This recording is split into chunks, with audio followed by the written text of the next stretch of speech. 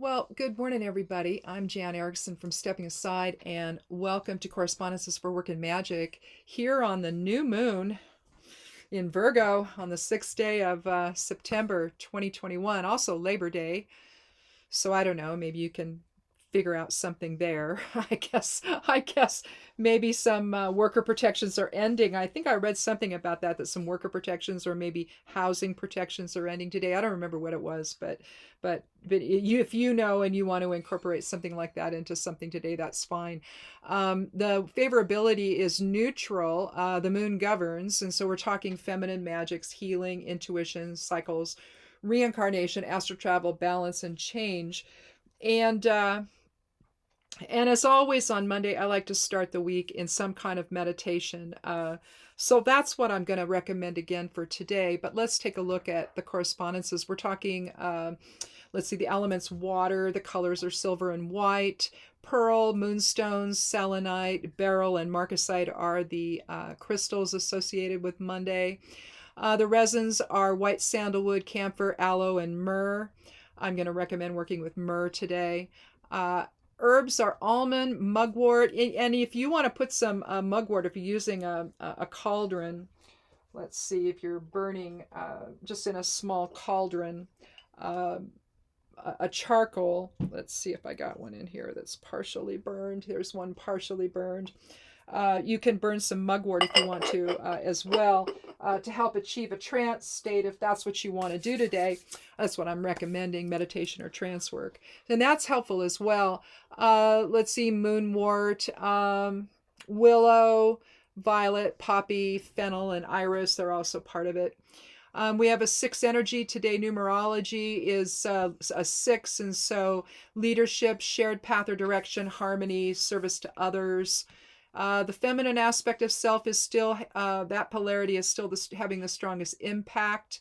Elements are still in the same position they were last week, or at least for most of last week, with earth being strongest, next with air. Then water is almost next to nothing, with fire still nothing, no impact at all. Now we have an interesting rune divination you might be wanting to look at before you start your meditation. It involves Hagalaz, Isa, and Sawillo. So we're really talking about transmuting, using the Norn runes, Hagalaz and Isa, to transmute ego into spirit. Sawillo is the rune of clarity and the will, vitality, all of that, of spirit.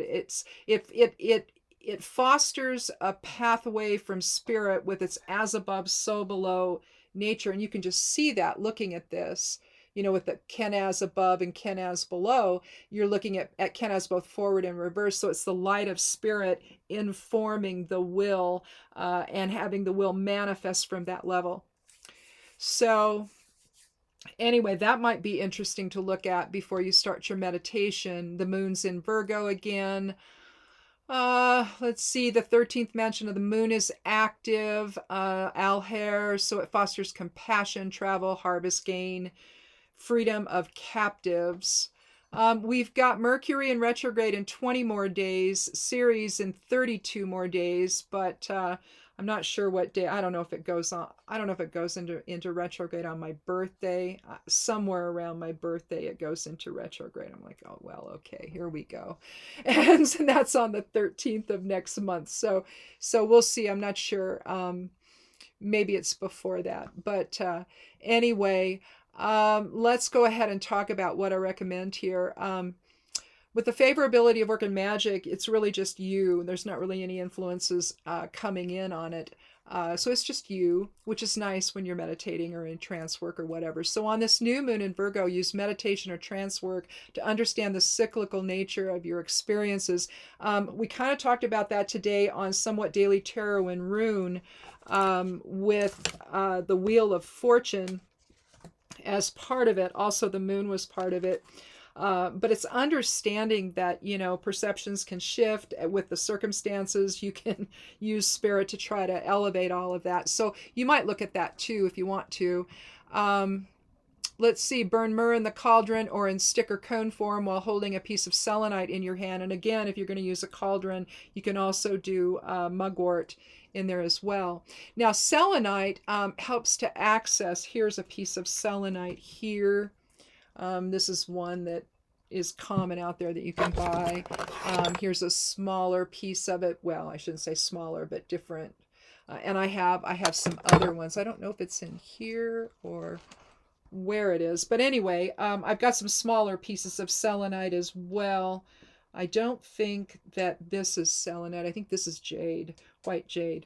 But in any event, selenite helps to access higher vibratory energies such as spirit guides and angelic presence to promote healing the mind, body, and spirit. It also helps dissolve energetic connections and lower vibratory energies, which seem to be so prevalent now. Empaths are particularly prone to absorbing the emotional vibrations of other people. And it can give you great insight as to what's going on. And if you're intuitive as well, which many empaths are, then it's easy then to feel in and get a little more information about what's really going on with them. But sometimes, you're at the grocery store and you just don't have time to focus in on things like that. That's what always happens to me, particularly in the checkout line. Not so much now because we have to stay apart from one another, but it's just one of those things where someone extends their energy out and they grab on to whoever they think is receptive.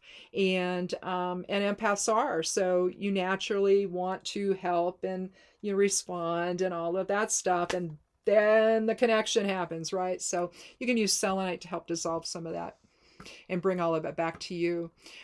So you're going to want to move your consciousness into whatever vehicle you choose, whether in a spinning crystal Merkaba or separating out a piece of your energy into fetch form.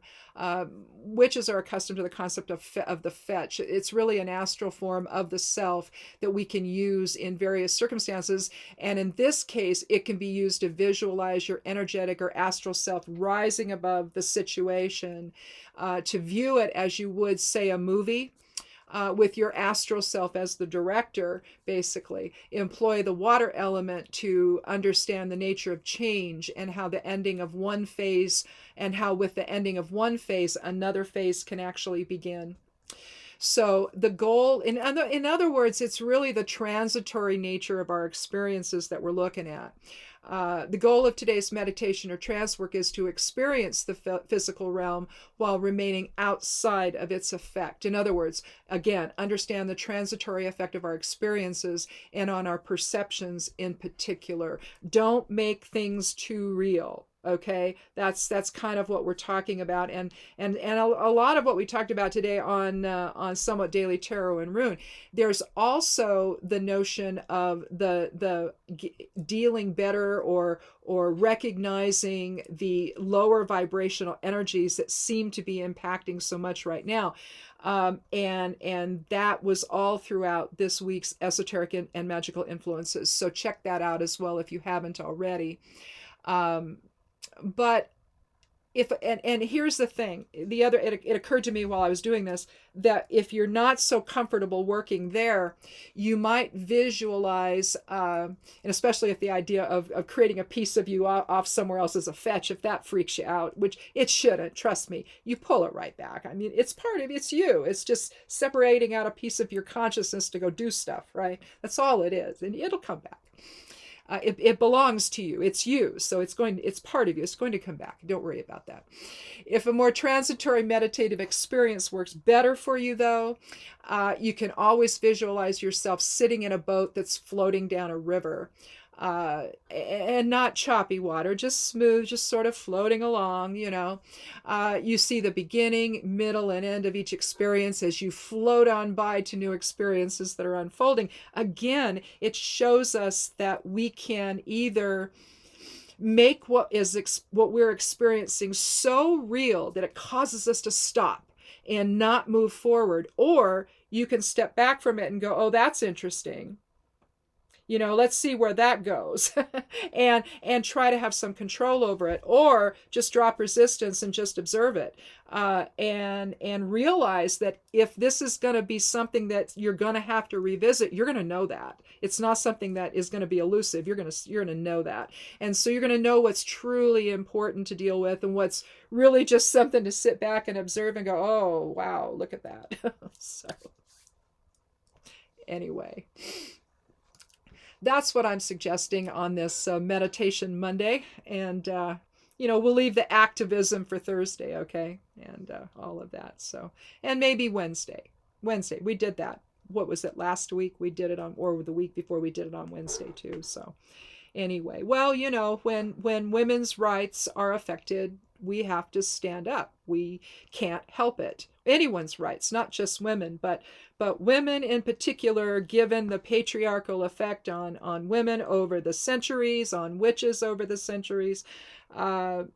You're just, you're a healer, but yet they don't care, and you're just interfering with what the men want and all of that. So, and they're so threatened, just like I told you guys about the young guy in the body wash section at the grocery store with the sidearm. Yeah. And my husband thought it was a 9mm. So it's like, oh, great, just great. There's one floating around, though, of some guy somewhere, I don't know, and he's just got them all like in this big thing, and one's going this way, one's going this way. He's got one stuffed in his pants, just the up there at the top of his pants. Back there, he's got one stuffed there. He's got, I don't even know, like 5 or 6 weapons, and he's out somewhere like at a store. It's like, wow. And I swear, if I ever saw somebody, I don't know that I could stop myself from bursting out laughing right in front of him, which I'm sure wouldn't be a good idea, but still, it's like, are you kidding? Anyway, that's enough of that stuff. Anyway, you guys have a good day, and we'll talk again tomorrow. If you're in smoke like we are, stay safe. Be sure around your property to wear a mask and maybe goggles. That's what I've been wearing. And only be out for just a short time, minutes, and then get back in and breathe in some essential oil, some peppermint, put some on a cotton swab or something, and just kind of breathe it in and try to clear your sinuses from it all. Anyway, thanks for watching. We'll talk tomorrow. Be good to yourself, be good to one another, and blessed be.